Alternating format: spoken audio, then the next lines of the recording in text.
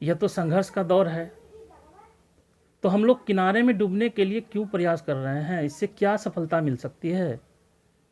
मैं मानता हूँ कि आगे भी खतरा है और पीछे भी खतरा है, लेकिन पीछे बहुत ज़्यादा खतरा है। अभी हम लोगों के साथ में वित्तीय स्थिति है, 3 महीने के वेतन का सवाल है। इसलिए हम लोग बिल्कुल एकता के साथ डटे रहें, समन्वय समिति के निर्देशों का पालन करें, क्योंकि समन्वय समिति जो स्थापित हुई है किन्हीं एक अध्यक्ष के द्वारा नहीं हुई है। मैंने तो देखा कि प्रदेश अध्यक्ष भाई पूरन कुमार जी, ब्रजवासी जी, प्रदीप कुमार पप्पू जी, भाई आनंद कौशल जी, मार्कंडेय पाठक जी, ब्रजनंदन शर्मा जी एवं माध्यमिक शिक्षक संघ के केदारनाथ पांडे जी, शत्रुघ्न जी जैसे बड़े बड़े संघ प्रधान अपने विचारों को लगातार मीडिया के माध्यम से तमाम हड़ताली शिक्षकों से को अवगत कराते आए हैं। लेकिन कुछ जिले में जिला के स्तर के कर्मचारी पदधारक संघीय नेता अपने आप में डिसीजन लेकर के और हड़ताल तोड़वाने के लिए जो है आतुर है, जो ये बहुत दुखद है। मैं VC का खंडन करना चाहता हूँ, जो हाल के दिनों में शिक्षा सचिव के साथ में शिक्षा विभाग की बैठक हुई थी। बस उसका उद्देश्य था कि किस तरह से हड़ताल को कमज़ोर किया जाए। जरा गंभीरता से सुनिएगा। सबसे पहले अगर नरमी बरती जा रही है तो हजारों शिक्षकों पर जो कार्रवाई हुई है कि उनको आधा वेतन मिलेगा, आप कार्रवाई करने के बाद उनको आधा वेतन दे रहे हैं। और जिस पर कार्रवाई हुई है, मैं बता देना चाहता हूं, वह विभिन्न घटक दल के ही संघीय नेता हैं, जिसमें जोश जज्बा था, जिसमें कुर्बानी देने की क्षमता थी। आज वो तो हड़ताल पर हैं और इस स्थिति में हम लोग विचलित हो रहे हैं। सबसे पहले वहाँ पर उनको तोड़ने का काम किया कि अगर उन लोग के द्वारा योगदान विद्यालय में दिया जाता है या BRC में दिया जाएगा तो उस स्थिति में शिक्षक भी पीछे पीछे लौट जाएंगे। बहुत जगह के जिला शिक्षा पदाधिकारी दबावपूर्ण पत्र निकाला जिससे शिक्षक भयभीत हो जाए और हड़ताल कमज़ोर पड़ जाए। कुछ ऐसे जिला में शिक्षा पदाधिकारी चिट्ठी निकाले हैं कि आइए आप लोग से वार्ता करेंगे, आप लोग से बात विचार करेंगे हड़ताल के संबंध में। अरे ये कब से आपका नींद टूट गया, जब बिहार सरकार का नींद नहीं टूटा है तो? इसलिए जब हम लोग RK महाजन का आदेश का पालन नहीं किए, मुख्यमंत्री और शिक्षा मंत्री के रिक्वेस्ट का हम लोग पालन नहीं किए, तो जिला स्तर के जो पदाधिकारी हैं इसके कहने से क्या हो जाएगा?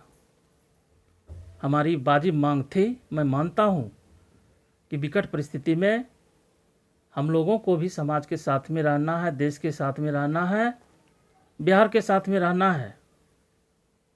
लेकिन ये हिटलर शाही सहने के लिए बिल्कुल हम लोग तैयार नहीं हैं।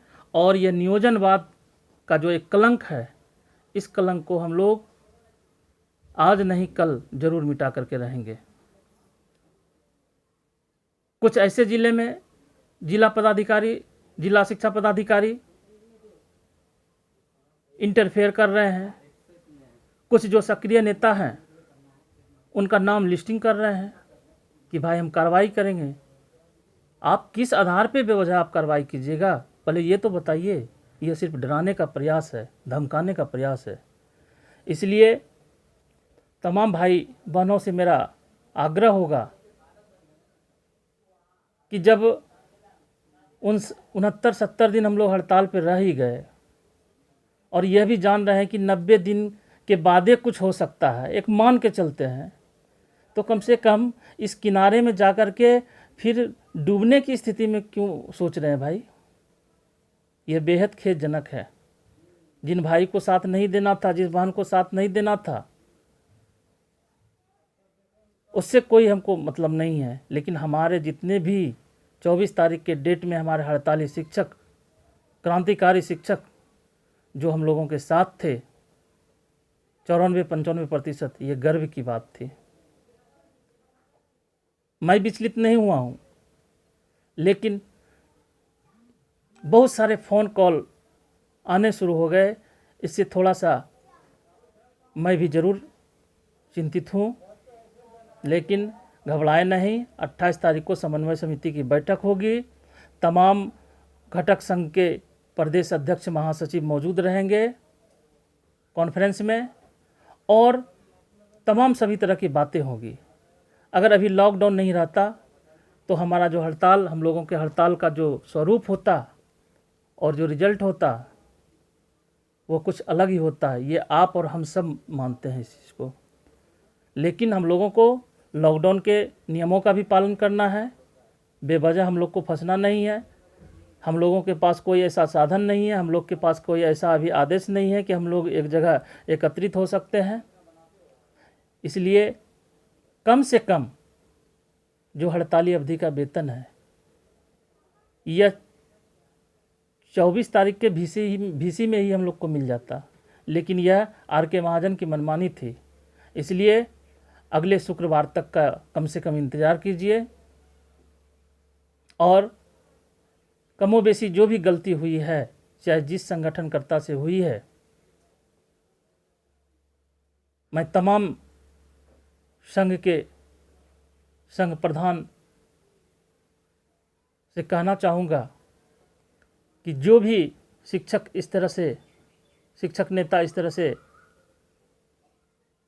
अपने आप को पीछे हटा रहे हैं और हटने का खुद प्रयास कर रहे हैं, यह बिल्कुल अशोभनीय है। मैं समन्वय समिति जिला इकाई भागलपुर से भी निवेदन करना चाहूँगा कि अभी हम लोग घर बैठे मीडिया के ही माध्यम से सभी शिक्षकों को मोटिवेट करें, हिम्मत देने का काम करें, साहस देने का काम करें, और कम से कम हम लोग ने जो त्याग किया है, हम लोग के जो भाई आज त्याग करके इस दुनिया में नहीं हैं, जो जिन भाई पर कार्रवाई हुई है, हमारा हड़ताली अवधि का जो वेतन है, सामंजन की जो स्थिति है, कम से कम इनके लिए 90 दिन को ही लेकर चलिए। शिक्षा विभाग की अगली बैठक तक ही चलिए, इतना घबराने की आवश्यकता नहीं है। सभी संघ के जिला स्तरीय प्रधान, सभी पदधारक से मेरा अनुरोध है कि सभी लोग पुनः एक बार हिम्मत के साथ अपने अपने संघीय साथी, शिक्षक शिक्षिका भाई बहनों से अपील कीजिए, समझाइए कि 90 दिन की क्या बात है और क्या हो सकती है।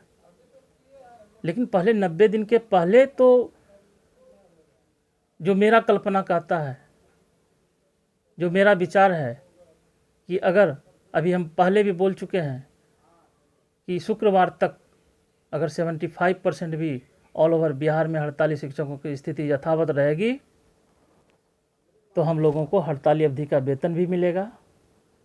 जिन भाई पर कार्रवाई हुई है, तमाम कार्रवाई वापस भी होगी, और हम लोग एक साथ सम्मान के साथ में पुनः हम लोग विद्यालय की ओर लौटेंगे। लेकिन कम से कम वार्ता हो जाए। हमारी मांग अब सिर्फ बची है कि वार्ता हो,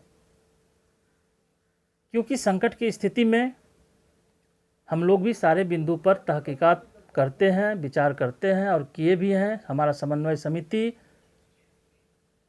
के संयोजक आदरणीय ब्रजनंदन शर्मा जी, तमाम मंडल अध्यक्ष, तमाम सचिव स्तर के साथी, नेतागण सभी लगे हुए हैं। लेकिन हम लोगों के पास विकल्प ढूंढना है। इस घर बैठे विकल्प ढूंढना ये बहुत ही कठिन है और टेढ़ा खीर है। इसलिए घर बैठे भी हम लोग बस एक नीति पर प्राप्त कर सकते हैं, और वह है एकता के साथ में संघर्ष को जारी रखना। इसलिए मित्रों, आप सभी से अनुरोध होगा, भागलपुर जिला के साथ साथ अन्य विभिन्न जिले के शिक्षक साथी से भी अनुरोध होगा, हड़ताली शिक्षक भाई बहन से अनुरोध होगा कि कम से कम 90 दिन ही अगर ले करके चलें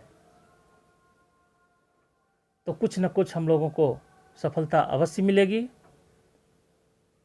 आप सभी को पुनः धन्यवाद।